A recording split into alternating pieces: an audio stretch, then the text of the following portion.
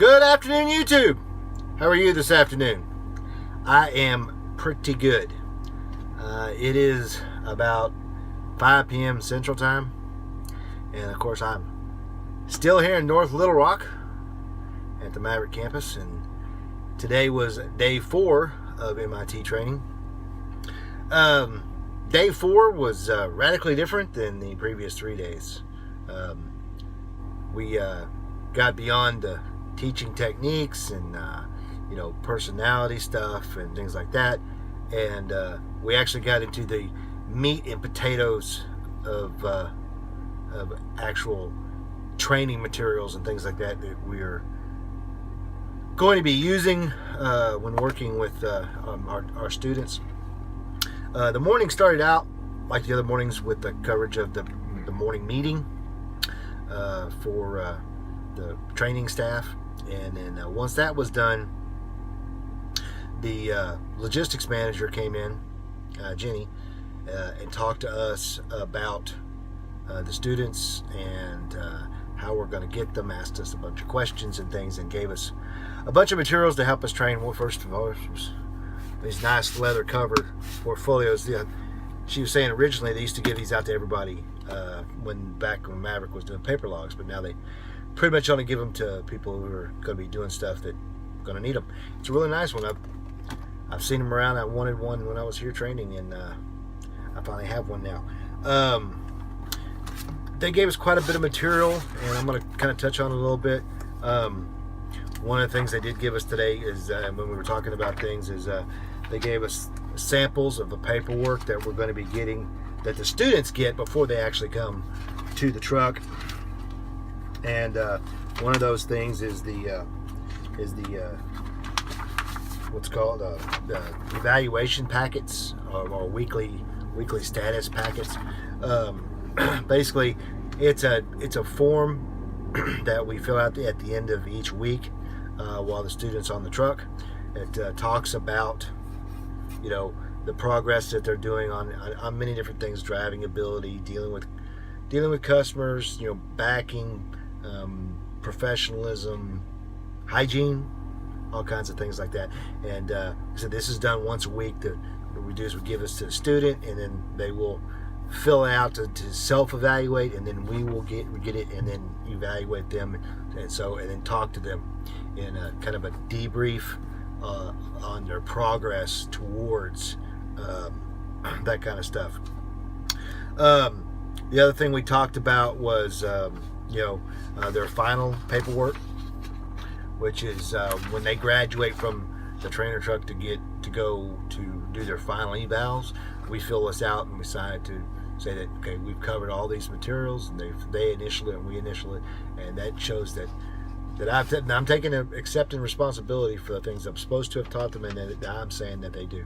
In addition, we talked about some of the paperwork that they have to keep up on their own, such as a daily driving log, which talks about where they drove, how they drove, how many times they backed, whether they did city driving or regular highway driving through the mountains, what kind of weather, conditions, etc., etc.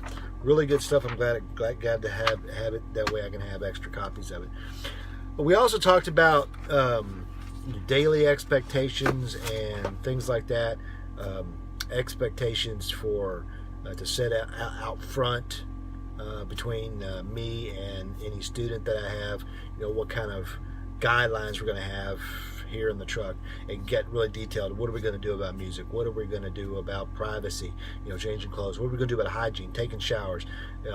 What is the expectations of the student as far as how much of each individual task? Are we going to be driving? Who's going to drive first? Who's going to drive second? Who's going to do the majority of the driving in the beginning? So forth and so on. So I have my own plan. I'm going to plan on making a video once this is all done, outlining my particular training method, so those that come in and I guess end up getting me as a trainer can watch the video beforehand, and also let you folks know what my plans are. Of course, training programs just like here at Maverick, and mine will be under tweaking and probably constantly evolving. One of the things that they did suggest, and I had already kind of planned on doing this, was doing a daily debrief.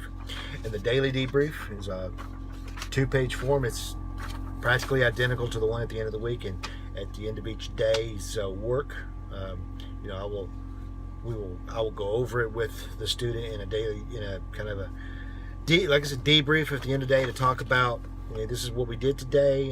This is how I think you're doing. Those kinds of things. And at the end of the week, all those will add up to help me formulate the weekend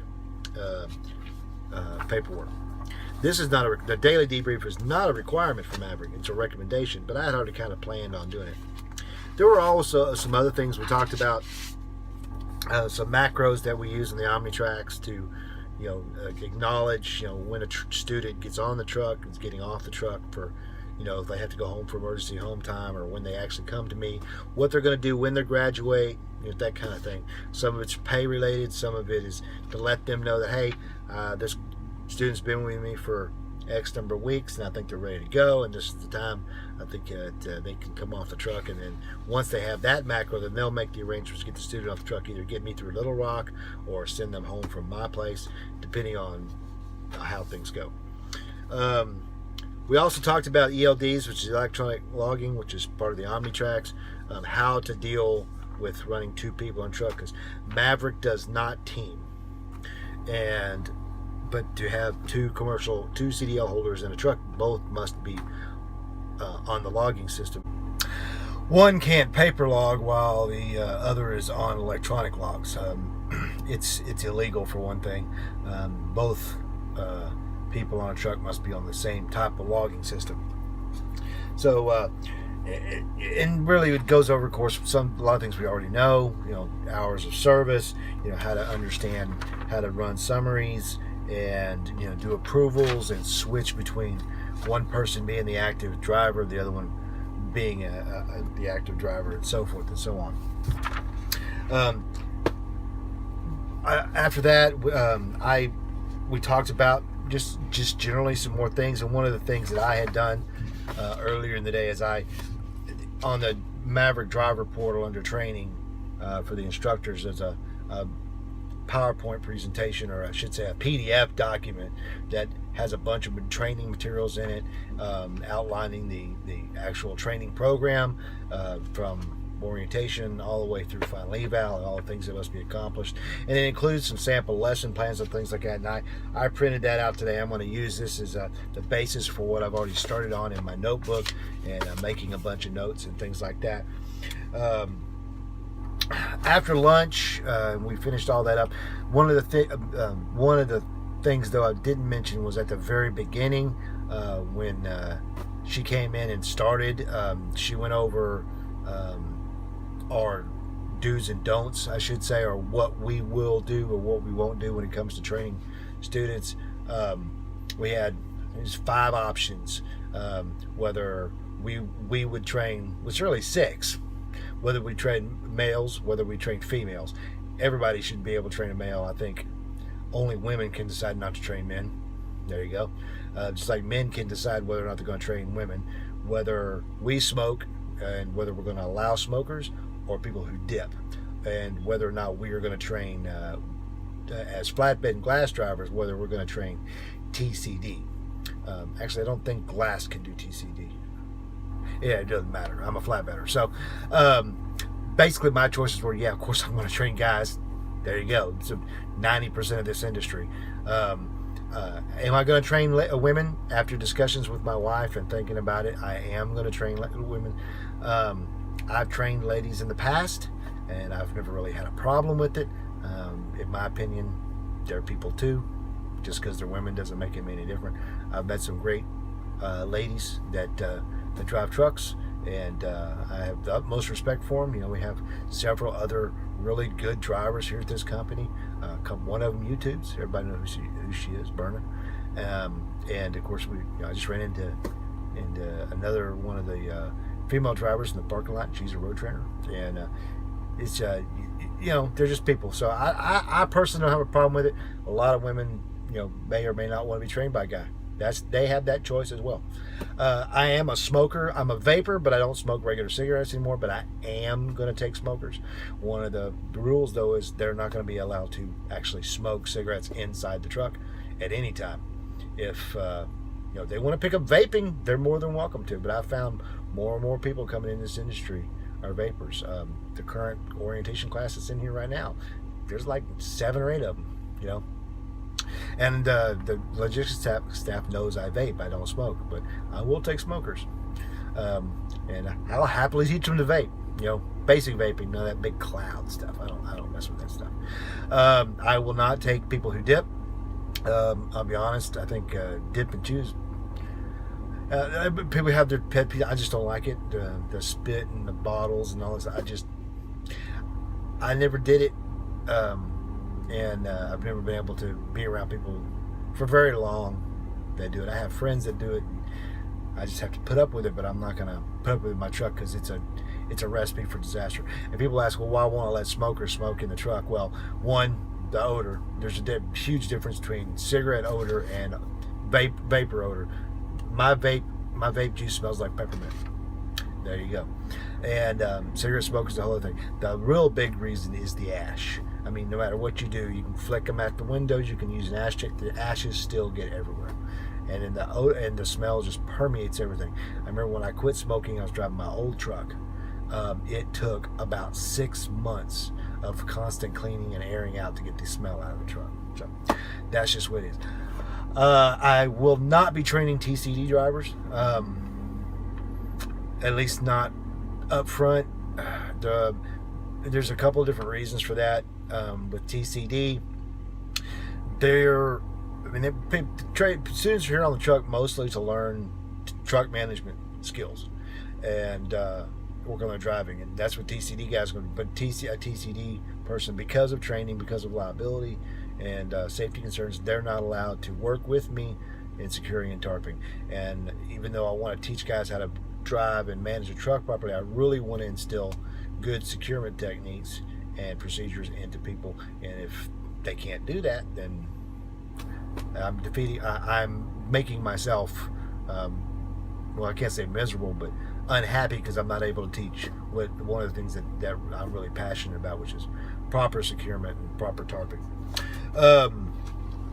Once all that was said and done, speaking of load securement, one of the lead trainers from the hands-on department came down and went over very quickly and very roughly what the students are being taught in the hands-on training base in relation to what are they learning about out of the side coils, shotgun coils, multiple coils, skidded, palletized, containers, linear freight, all that stuff. It was really, really quick, really, really rough. I mean, he basically covered everything that is taught over the course of 5 or 6 days in about an hour and 45 minutes. And I hate to say it, but no offense, I was really kind of bored during the whole thing, because it's not that I don't want to hear what he had to say. It was because to me it was just repetition of what I just went through for the last 10 weeks or so. I mean, for the guys that haven't been through hands-on a long time, which is a majority of the instructors, because all the other new instructors have been with the company at least a year, and one of them is a returning driver who used to be an instructor and is going to be an instructor again. So these guys, they don't know what's happened and what's changed. One of the guys hasn't gone through security school in 6 years. So it was good for him to know what they were doing. I'm really fresh. So I'm not trying to knock him for coming in and doing it. It's what he's supposed to do. But I felt a little out of sorts. But then I've been feeling kind of out of sorts all day. I haven't been on top of my game. I've been kind of tired. I didn't get much sleep last night. Then right after that, we covered Canadian border crossings. A whole bunch of materials and paperwork to know about that. As a flatbedder, I won't ever be going to Canada. I paid attention to it. It's kind of interesting to know what they got to go through. It's not really all that much, but there is a procedure to it, and it's good to know it. I can cover it with my students because I most likely will be training some glass students. After that was said and done,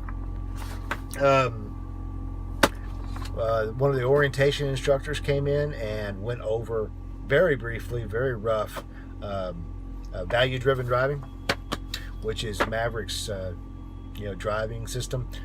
They don't use the system that I used to teach. and they use value-driven driving. It's got a completely different centric method behind its system. It's a really good program. I like it. And it has some qualities that I like. There's a few things I don't agree with, but that's life. But Maverick wants me to use it, so I will use it. After that was all said and done, we were pretty much done for today. Just like during orientation and during hands-on training, and what I did with the students when I was in hands-on teaching it, we logged into CDT and signed a ton of releases for all the things that we've covered over the last 4 days. And that was pretty much it for MIT as far as, you know, the bulk of MIT training. It's 4 days. There is a 5th day, which is tomorrow, but tomorrow is a little bit, well, it's kind of foo-foo, but it's not foo-foo.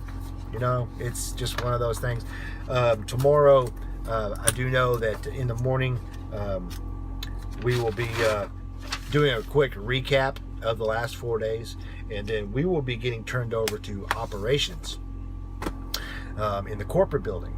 And my understanding, and this is basically what we've been told, and of course everything is subject to change, but we will meet our new fleet managers, which are the fleet managers who handle the driver instructors. They are going to take us out to lunch. I don't know where we're going to go. It will be better than, you know, eating in the cafeteria again. I can honestly say, you know, the food is really generally kind of good, but I am burned out on eating the same thing all the time. You know, today was Reuben sandwiches and wraps. I do not know how many of those I ate over the last 3 months or so.